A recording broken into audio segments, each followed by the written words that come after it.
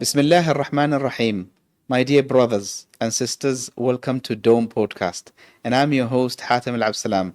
And today I have another honorable guest, brother Assadullah, all the way from Poland. Assalamu alaikum, brother. Walaikum assalam wa How rahmatullahi are wa you barakatuh. today? Alhamdulillah, it's a pleasure to be here. Big honor. Alhamdulillah, I am honored. The past four guests who were sitting on this chair were from different parts of the world, and they were Mashallah. all wearing the Omani outfit. Mashallah, Mashallah, such as mashallah, yourself. mashallah. You look very, mashallah, neat Thank today you very with much. the Omani dishdasha.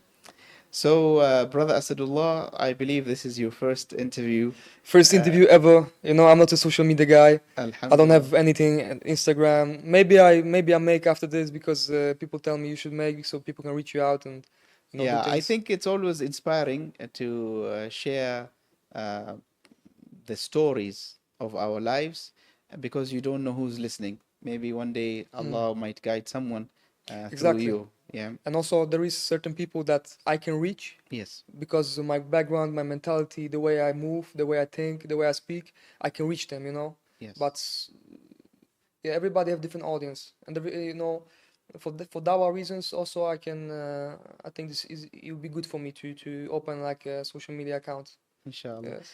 I think our audience would love to know more about you. So can you tell us a little bit about your childhood? Sure. You know, where were you born and how were you raised and your religious background previously? Sure. So I was born in Poland in 1996 in December. Uh, Small family. You know, it was not. My mother and father wasn't married, and my father, as most of the people in Poland, struggled with alcohol. Yes. And because after war, you know, this is normal in Poland. For example, the story of my grandfather, he was from my father's side.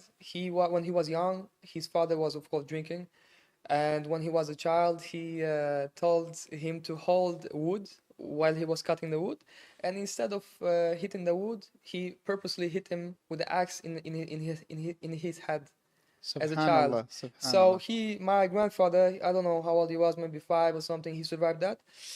And subhanallah. later on, his own father tried to kill him again. He tried to drown him, like when you have a road and there is like you know, this for water, like The pond of water. yeah, like on the side, you know, we have it like you will see it because Poland is mostly flat, you know. Yes. So he tried to drown him in there, you know. How old was your grandfather? I don't remember, but later on he escaped to like a house for orphanage. For orphanage, He yeah. escaped to orphanage and he lived there. And you can imagine back then in Poland, he was fight for everything. You know, he had to. He told me first I was beaten, then I was the one beating. You know, people. Subhanallah. So he lived So what you're trying to say is life is tough in life. general, Yes, life is tough. and Yeah. also alcohol plays a big role in the True. domestic violence True. in the And home. also, you know, because my grandfather was drinking as well, and when he drank, he go crazy. You know, and my father also was abused, you know, as a child. And later, he didn't hit me or nothing, but of course, when he got drunk, he tried to, you know, kill me, and my mother, you know, like this. Subhanallah. So But the childhood was full of you know, full of drama. full of drama. Yeah. But your family was religious? Did you No, my did you family wasn't practice religious. any faith? No. Like, of course, Catholic, you know. So, in Christianity, when you hit a certain age, like 12 years old or something, you have like there's like a Ceremony? ceremony. Baptize. Yeah, like Yes. not baptized, but something like that. So you have to like go to church and like get like every Sunday you go to church and then you go to the priest and he has to like sign like A document. a document that you've been there actually. So my mom was sending me every Sunday for like I don't know 30 days or something. Every Sunday I had to go. When I was younger, she sent me every Sunday. I was now you know, but it was cool because So what happens if you don't go? Sometimes moms would send us guys to go to church, but we do something else instead. We just gather, yeah. But if we call it neighborhood watch, you know, if Yeah. there is like older woman that's in the church and she don't see the guys and she saw our going out, you know, so She will report. she will report, you She'll know. So report. there was no camera back then, so everything in the neighborhood's like the And old woman see. and when you were growing up in Poland, Mm. did you have people of other faiths, like No, Jews or no, Muslims no, or no, anyone no. else? I come from a small town in the south of 10,000 people, Mm. and when you see a black man in the biggest city, you point, mama, mama, and you take picture, you know. When you see a black man or Arab, you know, You're you're surprised. You're surprised. surprised. Back then, you didn't see none, but now it's there is many. But back then, it was rare finding, you know. And how was your time in school? In school, you know, in school actually, you cannot see it, but I was, I was from December, you know, so I'm from the last month. So people in my class were usually bigger than me. So I was smallest in my class for many years, many years, like until I was like 15, 16. I was almost this, The youngest in the class. almost always the smallest as well, but the size. In size. In size, yeah, but alhamdulillah, I catch up. I catch up, you know. Alhamdulillah, I catch up. Alhamdulillah. Yes. Were you like into Fighting? fighting? Yeah. I had to fight to prove myself, you To know, like survive. to survive. So I was both like the class clown and both like crazy guy. You know, whatever you like is crazy stuff that nobody want to do, I will do it. You know, just MashaAllah. yeah. So MashaAllah. And after that, you continued living with your mother, or you moved so to another place? no, so I grew up alone kind of because my mother she studied, you know, and she was a highly educated, you know, smart woman. My father wasn't. He was like a car and motorcycle mechanic, you know. So my mother lost. There was like a big factory that very known in Poland. We they made like I don't know if it's in English porcelain. Porcelain, yes. Porcelain, yes, Yes. yes, yes. Very famous in the world. That's factory, but somehow, some way they quit. They finish to producing. I don't know. Maybe too much people take stuff, or you know, Yes. some money problems. And my mom lost the job. And after you know, she struggled. You know, we worked in a school, and then she moved to Norway alone. She came alone to Norway. You know, So she left you with your she dad. yeah no, my dad wasn't there. Of course, he wasn't there. You know, I don't have any memories with my dad. You know. So you were old enough to be alone in I was alone with my Poland grandmother. with your But my grandmother. grandmother also, you know, she's like accountant for like a kindergarten, and also before we were in school. She was a tough woman, you know. So You have siblings? You have no brothers and sisters? siblings, no You're all siblings, alone. alone, All alone. alone. Okay. I Okay. think if I had siblings, it would be even more difficult for my mom to Take care to of take all of care them. Mm. of me and to be able to move to So your mom moved to Norway to find a source of living. Yes, yes, yes. It was hard for her as well. You know, she used to like sleep in abandoned buildings. You know, like that was you know under construction and stuff. And you know, when you're a woman, you don't speak the language too much. People try to you know use you for like you work and they don't pay you because what you can do, you're a woman. So she went through a lot as well. Mm. But She's still around, your mother? yeah, yeah, of course. You know, when I was in the like teenager phase, you know, we had a good relationship because I did many things, you know. Uh, but alhamdulillah, Mashallah. now we are very good relation, Alhamdulillah, inshallah. Alhamdulillah. Yeah. Now, when did you decide to move to Norway? I didn't decide to move to Norway when I was 14. My mother finally did take rights from my father to like because he didn't accept that I will go to Norway, even though he didn't see me, he didn't help me with anything. He wasn't there. I don't have any memories with him, you know. Any good memories. So when she took the rights from him, she when I was 14, 2009, I think 2009, 10, I came to Norway. So and for me this Okay. was a beginning of new life. So, now that you lived in Poland, when you moved to Norway, is Norway very different than Poland in terms of life, Very cost of different. living, the people, Very the different. language? Very different. Everything different, you know. How did you cope in the beginning? How It did was you? difficult. Mm. Imagine I'm a small town boy, you know, and I go to Oslo, capital city, and I'm surrounded by all the cultures. The Africans, the Arabs, the Asians, you know, South Americans, you And for know. you, the first time you see Yeah, these first type time of I people, see like so many people, like Somali guys, you know, and this and that, and I go to this neighborhoods, you know, feel like movies, you know, and I eat my first kebab, you know.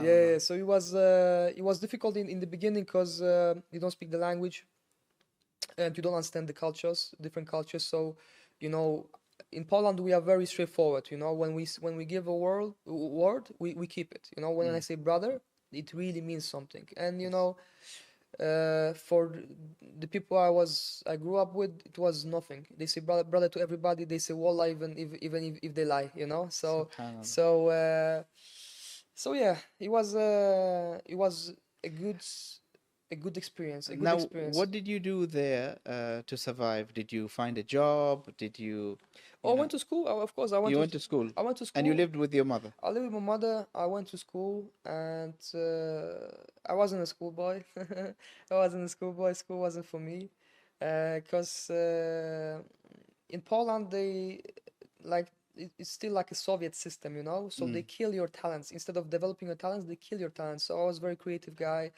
You know, when like a teacher give you like a assignment to, for example, write a story or something, I didn't need to write a story. I just, you know, relax, speak with the girls, you know, behind, you know, and when it's time to tell your story, I will just read it from empty book. I would just made up something like that, you know. You made up the story. Yeah, I made up the story, and it was the bomb, you know. Alhamdulillah. Everybody was laughing, you know. In the so Alhamdulillah. so Alhamdulillah. I had some talents. I also was good at drawing and singing.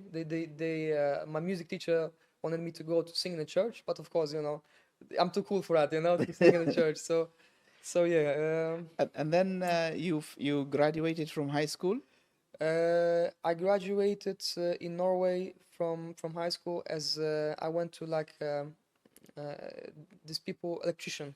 I studied as like electrician. Electrician. Yes, Okay. yes, but some things happened, you know, and I didn't because you go 2 years in school, and then you 2.5 years you are like apprentice, you know, you have to work in a company. But something happened in my life, and I didn't.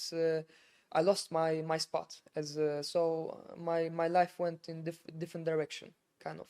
Yeah. So and then I would assume now you are in your 20s, early 20s. Mm. What happened in life? You know, something must have went wrong that that things change inside you in terms of feelings. Yeah, Yeah, so take me through that stage. sure, sure. So you know, What were you going through? I will show you a picture of me when I was a child. You can see just a cute, small, you just see, you know, Bambi eyes, you know, Yes. just innocent, you know, just pure heart.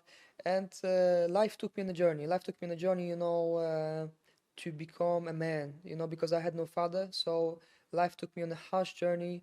You know, I grew up in a, like a criminal environment, you know. I've been to prison, you know, and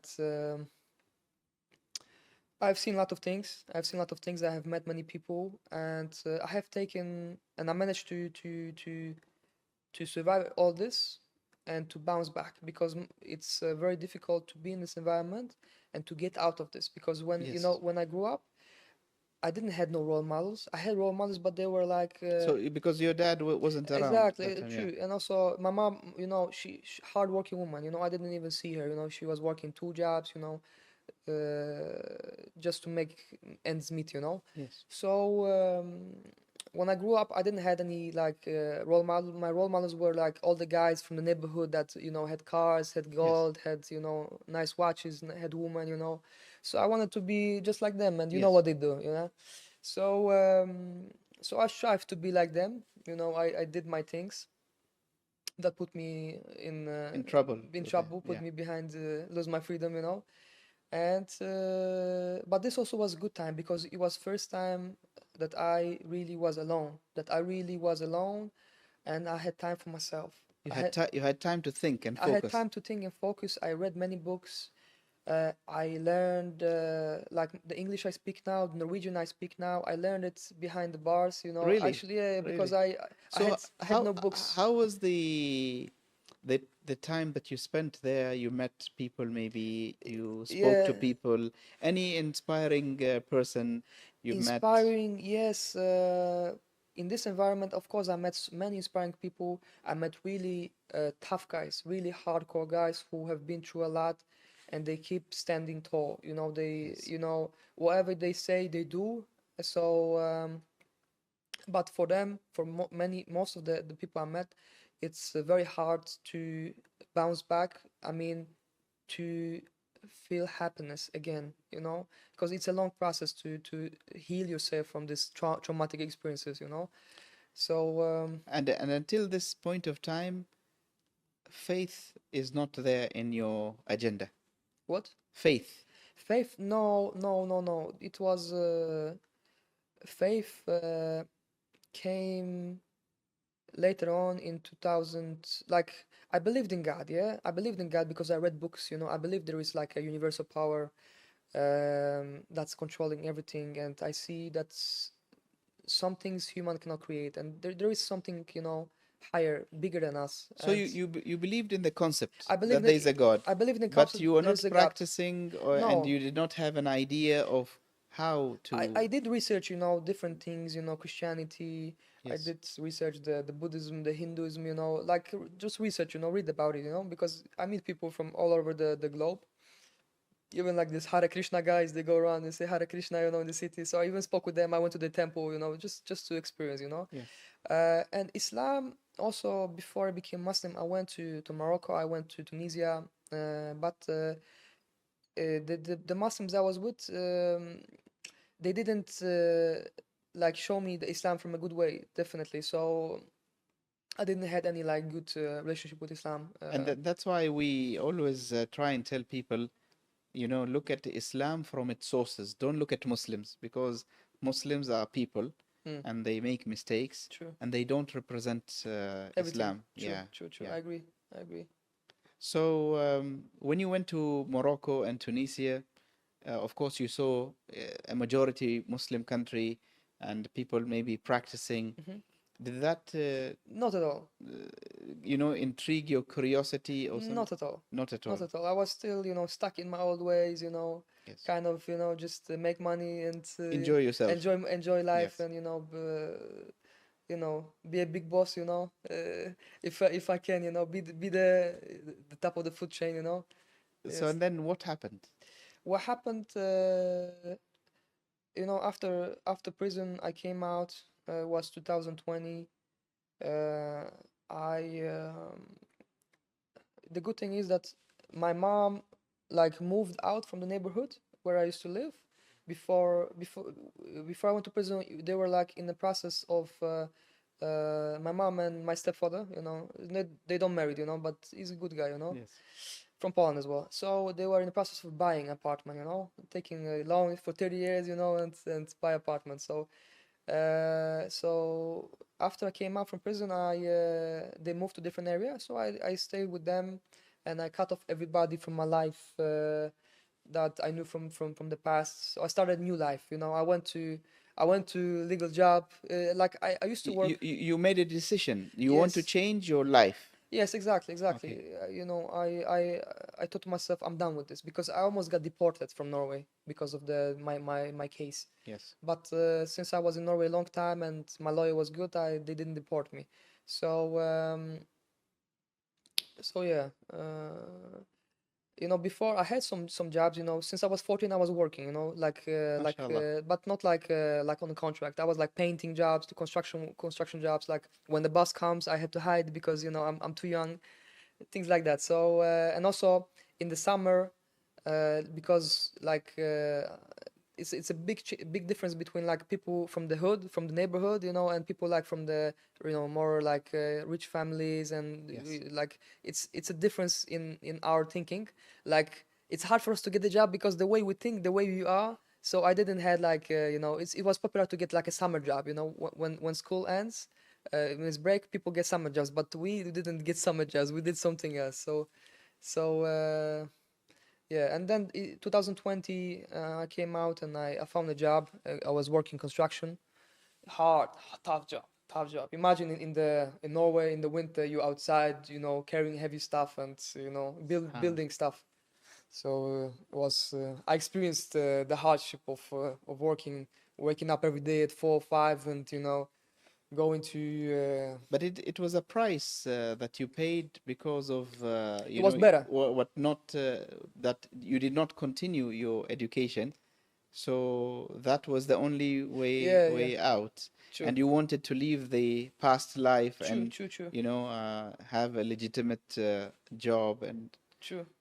start building yourself. So did you have any Muslim friends? I had Muslim friends, but they when it's like they even eat pig, like They eat pig as well. yeah, like I see Subhanallah. even in Ramadan, In Ramadan, even in Ramadan, like I saw it many times, like they eat. yeah, like yeah, I saw it, so I didn't like. We come to that. We come to the Muslim friends that guided me to where I am now. We come to that. It's many like it took years. It took years, So 2020, 2021, in December, I this is the famous story how the first thing that happened that made me not interested, but that's kind of it was like a first step to Islam. First step to Islam, it was this, I think. So in December 2020, yes, December 2020, I went to the forest alone in the night in Norway in the winter. Uh, I always used to do that, to find peace, to Just the quietness. the quietness, because I think every person needs that, to be, because uh, nobody will, you become a man when you understand that nobody will come and save you. You have to save yourself. You have to be your own leader. You have to be your own general. You have to like do things for yourself. So that was not something unusual for me to do. I used to do that to find peace and to come back to myself and plan my next moves.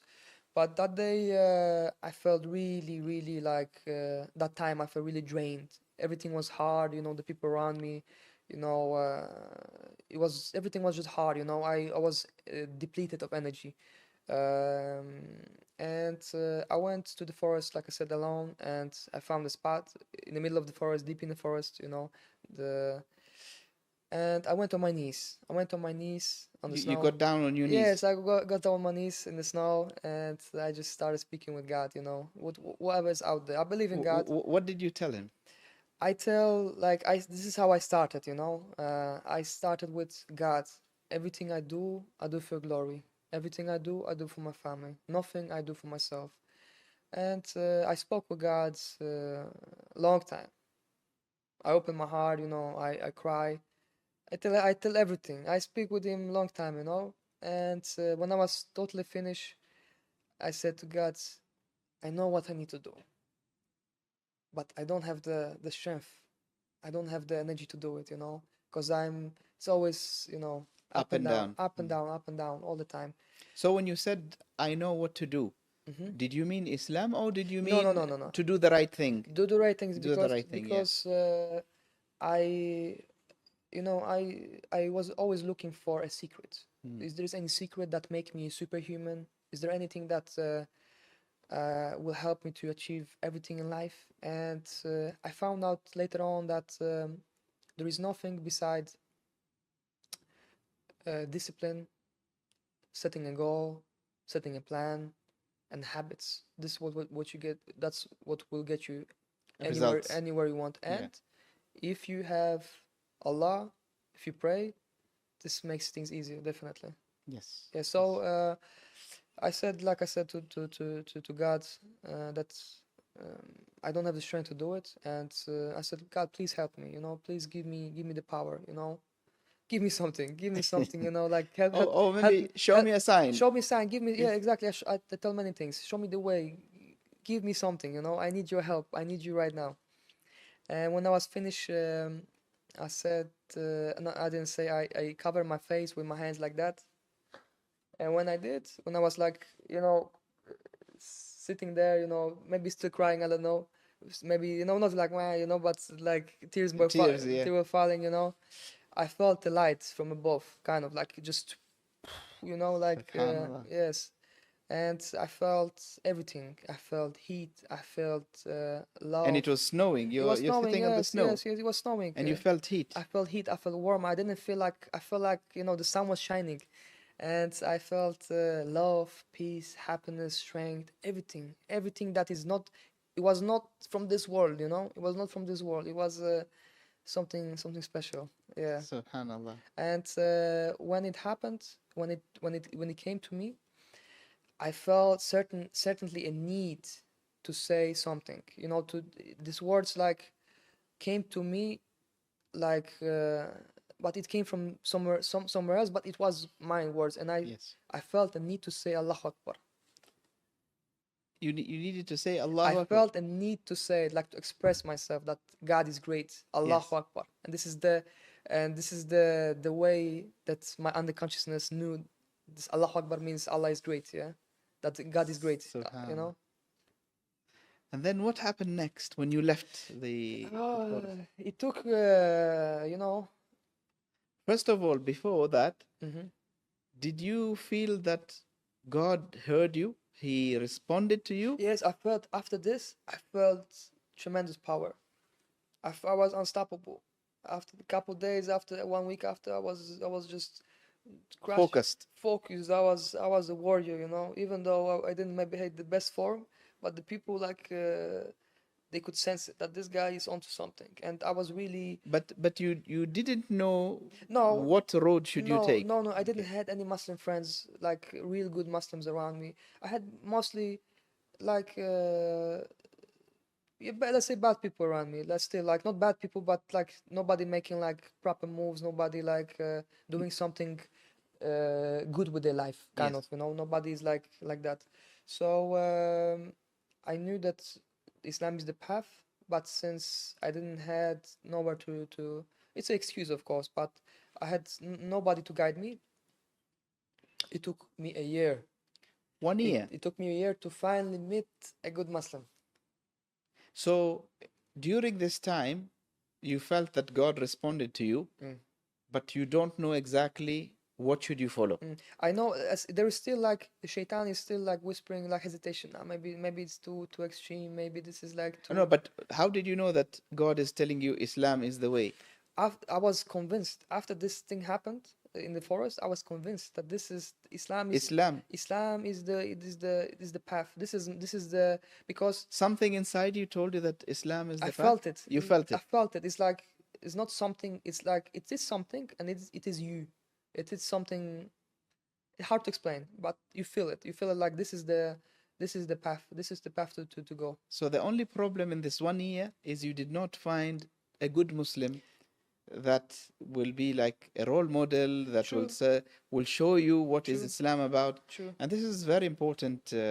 We keep on telling people we have to be good ambassadors of Islam. True. You cannot just carry the label I'm a Muslim and you behave in all crazy way because other people see you as the way or the door to Islam. You lead by example. You lead by For example. example, my mom, I think the whole like whole Poland is because of the media, how they portray Muslims. So my mom still like she haven't like Accepted yet, it. no, she still to this day haven't yet been in the same room and spent time with a good Muslim, so Okay. even back then the way she portrayed Muslims is that these guys just come here to Europe, they don't work, they just make kids and they live on social welfare and they make trouble, they beat their wives, and they are not good people. That's how they portray them, and Unfortunately, some Muslims are some like that. Muslims are like that. Yeah. But it's like everybody, because if you have if it's many people, like 100 million people, of course most of them will be, not going the Not going the straight yeah, path. Yes. exactly. So and then 1 year passed. 1 year passed. Who did you meet? I met a guy in the gym. I was training. I met a guy Where is he from? from Palestine, from Gaza. Ah, from Gaza. Yeah, from Gaza. Yes. Surprisingly. Yeah, surprisingly. Yeah. Okay, you met him in the gym. Yes, Okay. we met in the gym, and so we started training together. And then he was a really good man. He was a really good man. Yes, he helped me. You know, he was very kind, very respectful, also disciplined, dedicated. He loved his family. He helped his family. He was also going the straight path. You know, even he was like a couple years younger than me. He didn't had no woman in his life before. You know. Mashallah. So and in Europe it's a big thing. It's a big thing. It's difficult It's also. difficult, yeah. It's difficult It's difficult. not to So have a woman yes, like a yeah. girlfriend. Exactly. And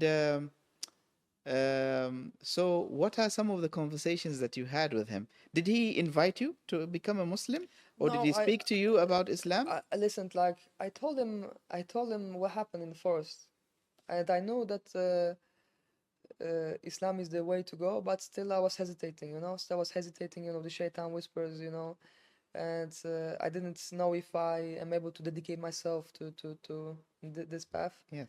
And you know, for a while we yeah when we train together we talk everything always because when you train you get like the pump the good how you call it Vibes, the good yeah, vibes. the good vibes, and you are more open, and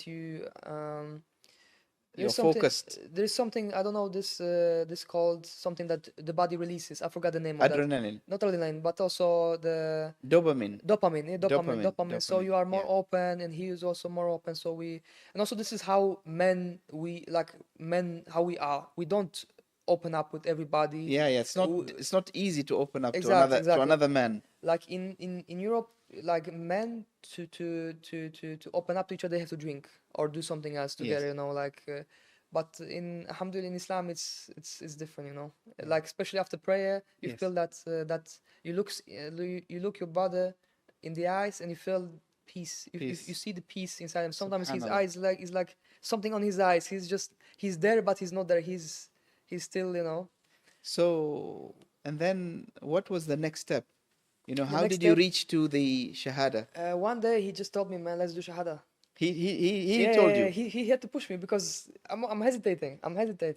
Did you have any reason to hesitate? Like something in Islam I didn't like, or something I didn't understand, or something I don't agree?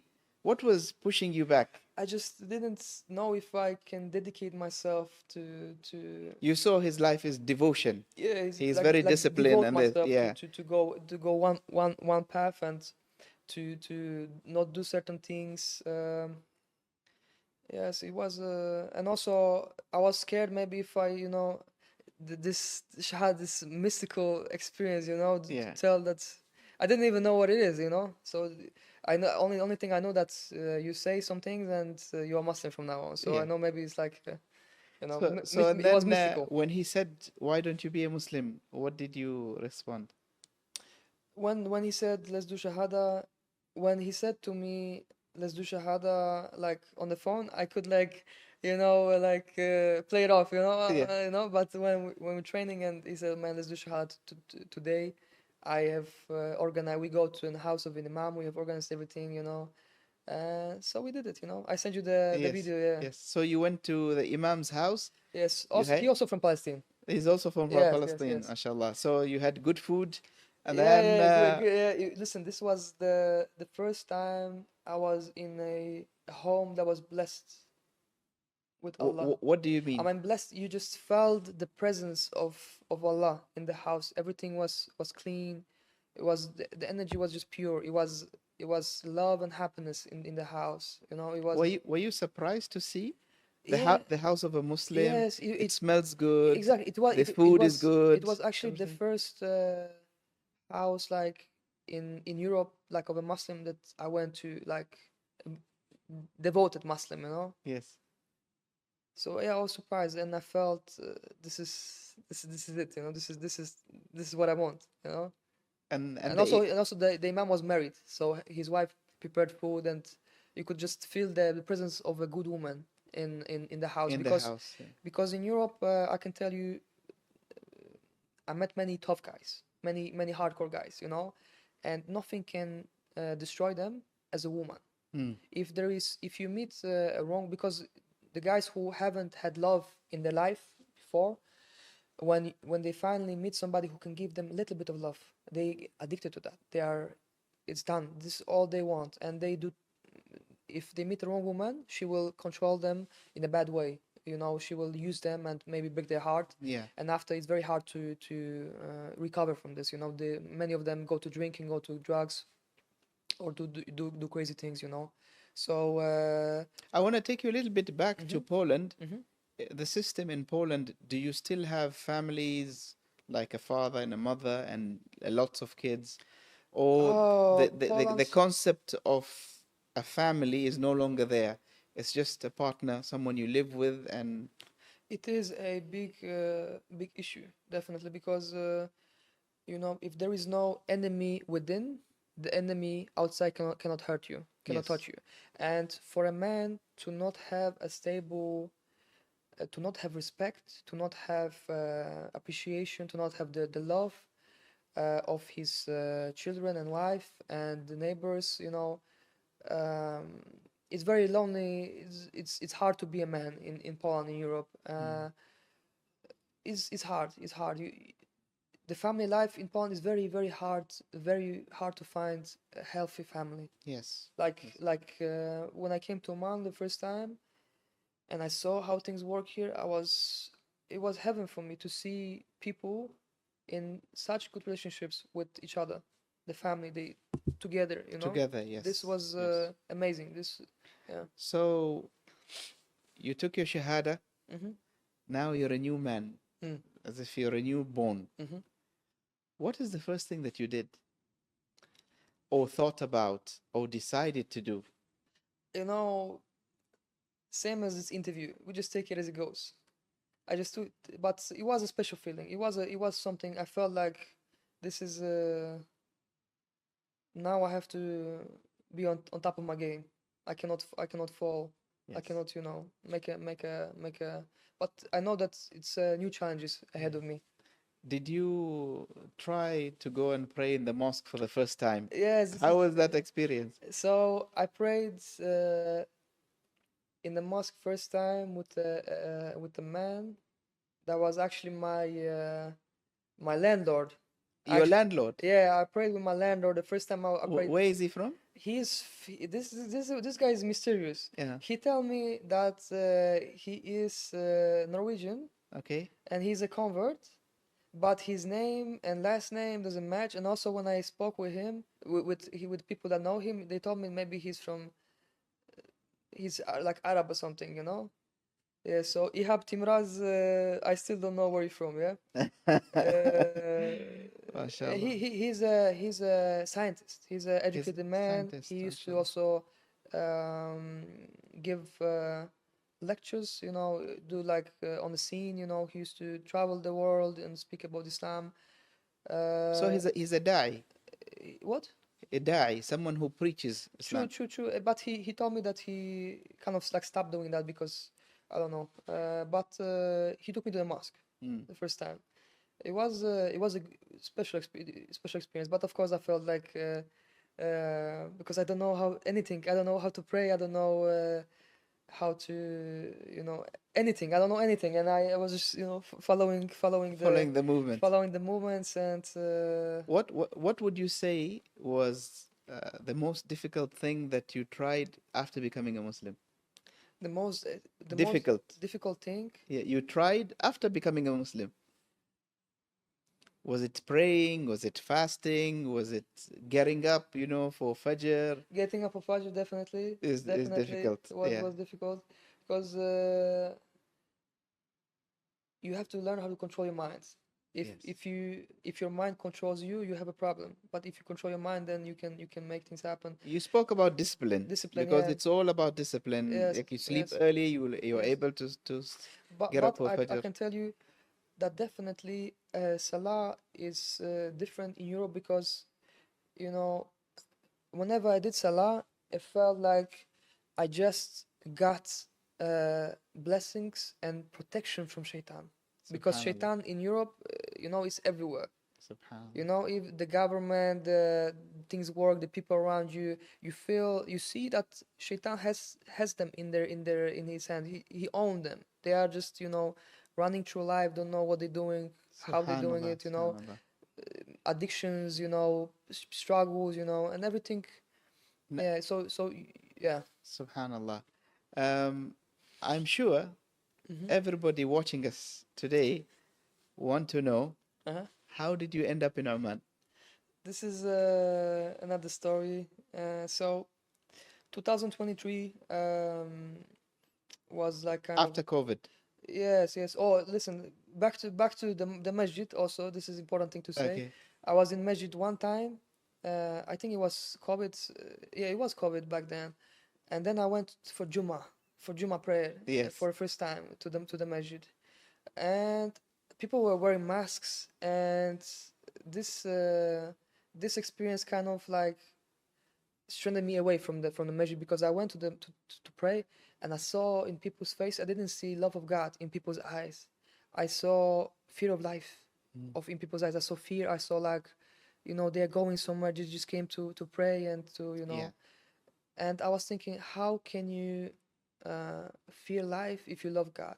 If you really have God inside you? Absolutely. Because Absolutely back right. then and still to this day, I am not like a scholar. I don't have too much book knowledge about Islam, and but I have like the feeling. I have the That you only fear Allah. like feeling like I feel this religion, you know, like Yes. it's hard to explain, but It's like natural. it's natural, you know, like I love Islam, I love Allah, you know, and I feel His presence, you know. Alhamdulillah. So Alhamdulillah. yeah, so this experience made me think certain thoughts, you know, and I didn't go to masjid after this for a while. For a while, I didn't go to masjid after this, because also even back then, I still didn't had like because my friend also he was working and he trying to get a wife. So everybody like the people that was there when I did shahada, they didn't had like too much time to, you know, To teach to you. teach me and this and that. And also I had my own things. I had my still I was You have to do your job I and have to do my take care of your mother. exactly So exactly. And what did your mother think at that point? How did you tell her? she was surprised. She was Did you surprised. go home straight away and said, "Mom, No, I became a no, Muslim"? no, no, no, no. I don't remember how she found out. Ah, she found out. She found out. Somebody told her. I don't know who. Uh, Maybe my stepbrother, because I have a stepbrother. We are not close. This is the son of my stepfather. Yes. Because back then I used to have Instagram. You know, I had Instagram back then. You know, and somebody posted this. My friend posted this when I did shahada, you know, and I don't know if somehow he saw it, you know, he saw it. Your stepbrother. My stepbrother, he lives in Poland, you know, and I think he told to my stepfather and he told to my mother, and she was like, "What have you done? What have you done?" You know. So yeah, Did you get a chance to later on sit with your mother and explain why you took this very big decision? yeah, we spoke many times, but uh, my mother is a strong woman, and she believes, like most of uh, my Polish kinsmen, you know, they believe in hard work, and they believe in Yes. not in words, they believe in actions. Yes. So I knew that the best way I can prove to my mom that this is the right path, just to be the best I can be. And of course, she saw now the new version of you you're a better person, you're more polite, you're True. kind, and True. you're away from trouble. True.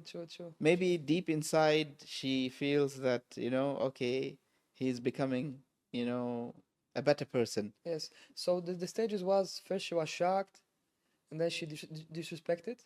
Uh, Later on she kind of accepted. Now she respected.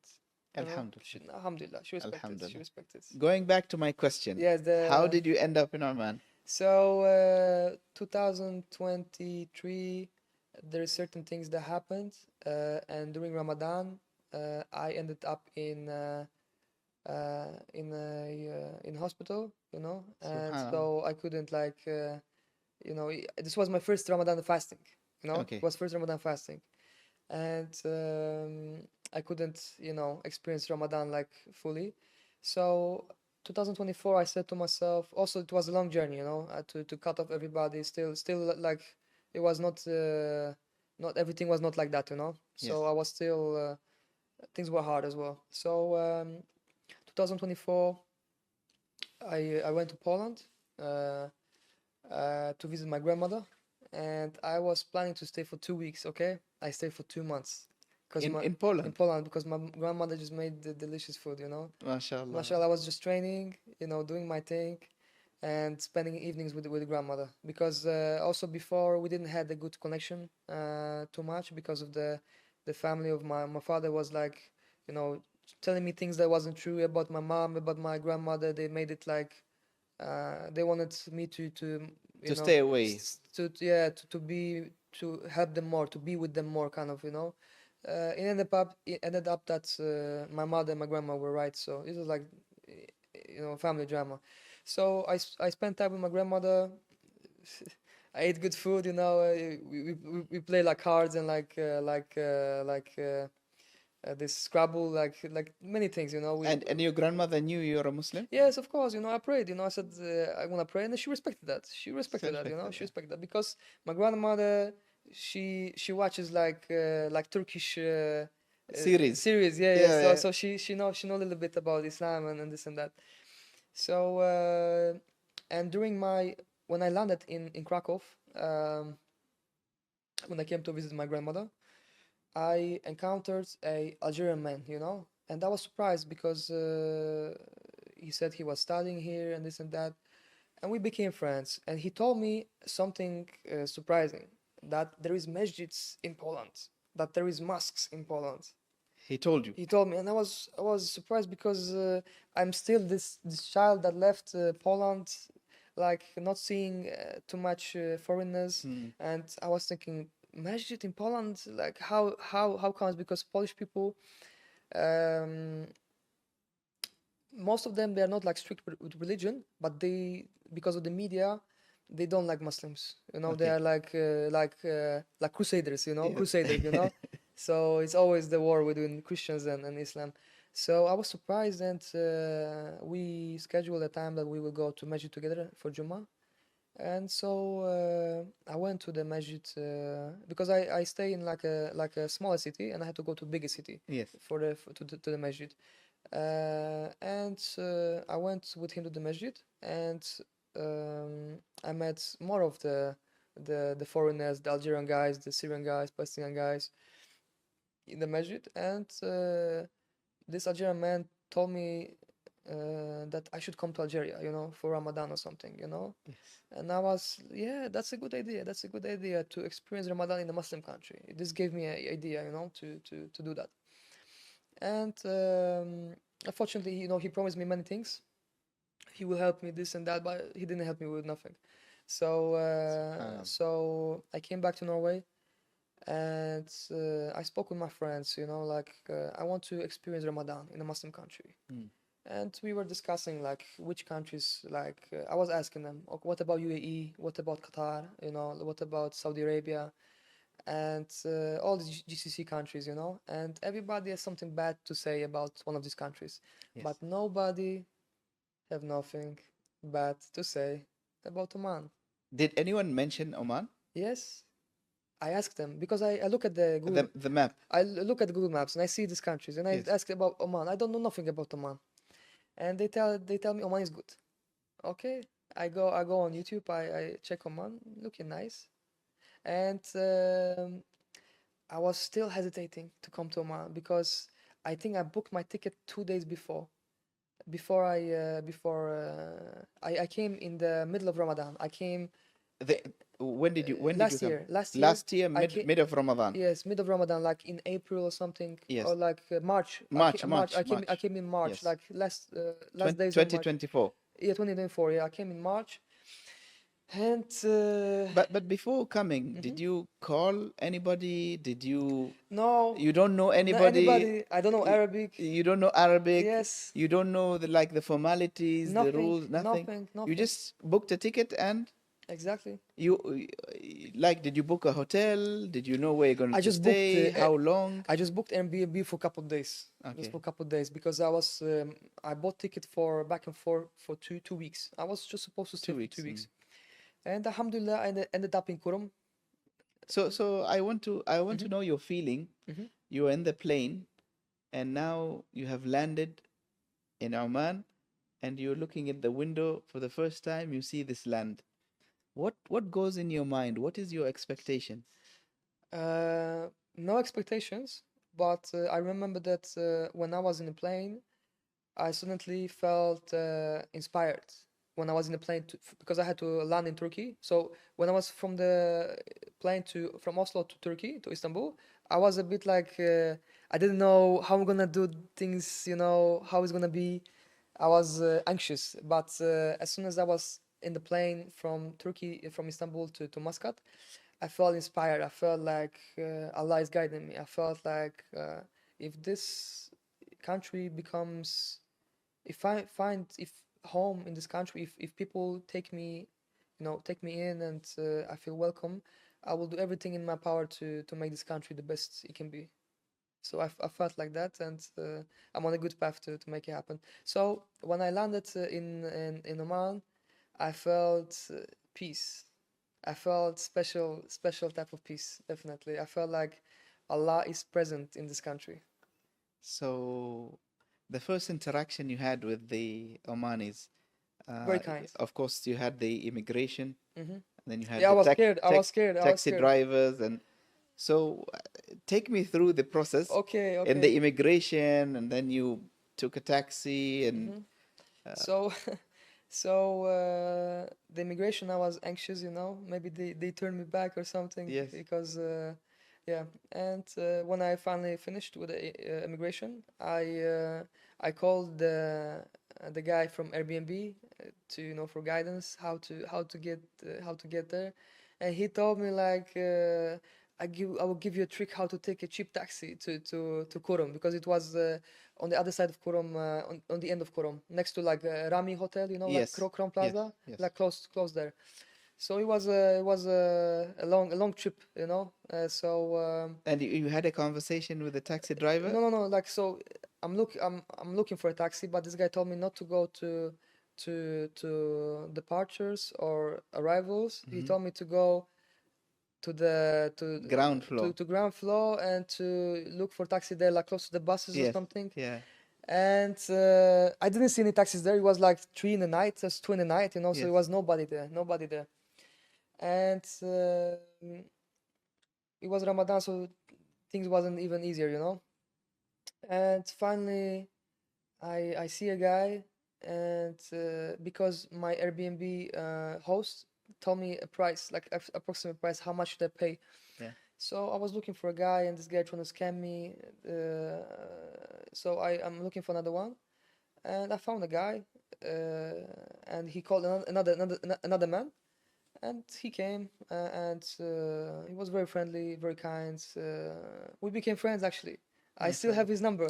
I MashaAllah. still have his number. No, very, very kind guy, and I came to, and also, he waited outside of the house with me until the host came out, and he had to greet the host and check if everything is okay. So this was my first encounter with like Omani culture. It was very good. So now you're settled and everything. Yes.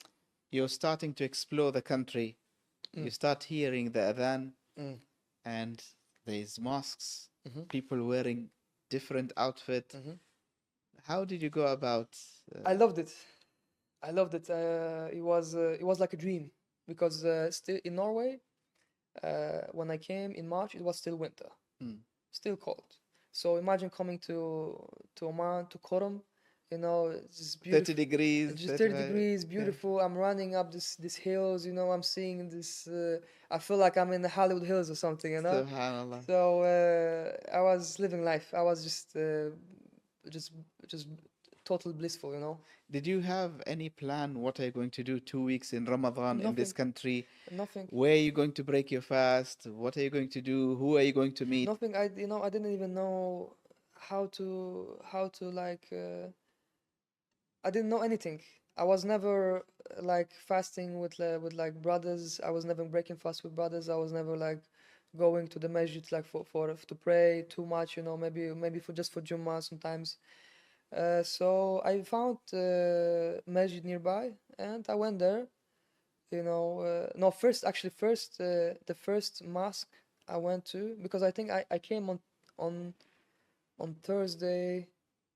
Thursday, yes, I came. Yeah, I came on Friday. I came actually in Jummah. So I came in the night and I slept long time, and I woke up and I was like, "This is Jummah today. Let's. I need to go to the masjid, okay?" And I was like, "If it's Jummah, you know, I need to buy a money dress. I cannot just come with jeans, you know. So Yes. I need to, I need to look decent. So I took a cab to Mutra very fast. It was like I had no time, you know. I just came from taxi. I saw like some guys there. I said, "Assalamu alaikum. Where can I buy Outfit. what you wear? Where can Yeah. I buy this?" He say, "This there," and he called Mudir, you know. The he came DK, you know. He make he give me I paid too much. I bought he gave me the red Turban. the red, yeah, and he gave me I paid like 10 riyal or something for this, so Yes. it was too much. Yeah, I find you, man. I find you, man. Yeah, so I put this on. I put this on, and I go back to the, you know, where the taxi guys chill, and I tell them, I speak with them, and they tell me go to Sultan Qaboos, the Grand Mosque. Yeah? I say okay, man, let's go. And this guy take me there. The taxi driver, he, you know, people already coming in the mosque, you know, full mosque. I'm like, wow, man, like, what is this, you know? So it was the first time you enter a mosque like this one. Exactly. It was experience out of this world, you know, because in Norway there is no mosques like that. It's only like a place It's to only like pray. a place Yeah. to pray. It's like almost like a cellar, you know, almost like a cellar standard, you know. So So how did you feel I praying in the feel mosque? amazing. I felt like this is it. This is Islam, man. I'm in the right place. You know, I don't want to move, you know. I stay here, you know. Subhanallah. So I knew I felt something special, definitely. I felt for the first time I felt like my prayer was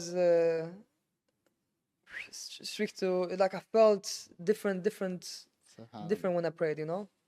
So it's a big blessing you have to have masjids and to have such beautiful masjids. What would you like to say to the Omani people now that you've been here since last Ramadan? No, I've been here totally 7 months 7 months. because I was here 3 months and then I left back to Norway, and then I traveled a little bit and I came back in December. Okay. So I've been 7 months here in Oman. So wait, before you say anything about the people of Oman, when you went back to Norway, of course your friends, Muslim friends, they asked you, where have you been? I said, come to Oman, Habibi. You say Yes, straight away. I tell everybody, come to Oman. This is the place. Come. But Subhanallah. it's hard to. I tried with everybody, but it was they still stuck up in their ways, you know. Yeah. So somebody have families, somebody have jobs, and this and that. But I understood one thing. Even before I went to Oman, understand that everybody who is in Norway, who is in Europe when it's winter, they have to be in that time because they don't have choice, because they didn't figure out their life in a way where they can travel, because Yes. it's, you know, winter in Europe. If of course if you love like winter sports, you can Yes. enjoy, have fun, but it's just a dark and sad place. No sun in Norway. Is no sun for 8 months almost. Sometimes when his one is 20 and you see sun, you go with a t-shirt. Subhanallah. Yeah, so Subhanallah. so I came back to Norway and I was preaching. I was preaching, Oman is the place, and come. So, unfortunately we're coming to the end Hmm. of the show, but I want There gonna be you, more episodes, don't worry. yeah, Yeah, don't worry. Yeah. I want you to send the last message to the Omani people. Mm. What would you like to say now that you are one of us? Mm. And very soon we have to get you a wife and a camel. Inshallah. Inshallah. I have come already. Oh, you have In camel? Jalan, yeah. You went to Jalan? Yes, they call me Assadullah Al Masruri Rai Samha. Yeah. Yes, MashaAllah. alhamdulillah, yes. Yes, MashaAllah. yes, yes. MashaAllah. Yeah, so the message to Omani people, to Oman, first of all, you are really blessed. This is truly a land of peace, and this is a land of true Islam, definitely. And there is, of course, things that can be improved, but Oman has the foundations to be the best country for Muslims to live in the world, and to be Inshallah. to be a leader of healthy way of living, and I have really a lot to say. Before I came, I was thinking about that. What I want to say to Omani people. I really love your country. This is my home now, and like I said before, I will do everything in my power to make this country the best it can be. And to protect this country from everything that comes. I want this country to stay like it is, in terms of like family life, Islam, and the culture. I really, for example, my country has lost its culture, Subhanallah. so I don't want this to happen to Omani people. Asadullah, thank you very much for being with Thank you us very on the much. show. Thank By you the very way, much. who gave you this name, Asadullah? I don't really remember, but I think it happened because when I left Oman last year, I didn't have this name. I was still using my Polish name. It came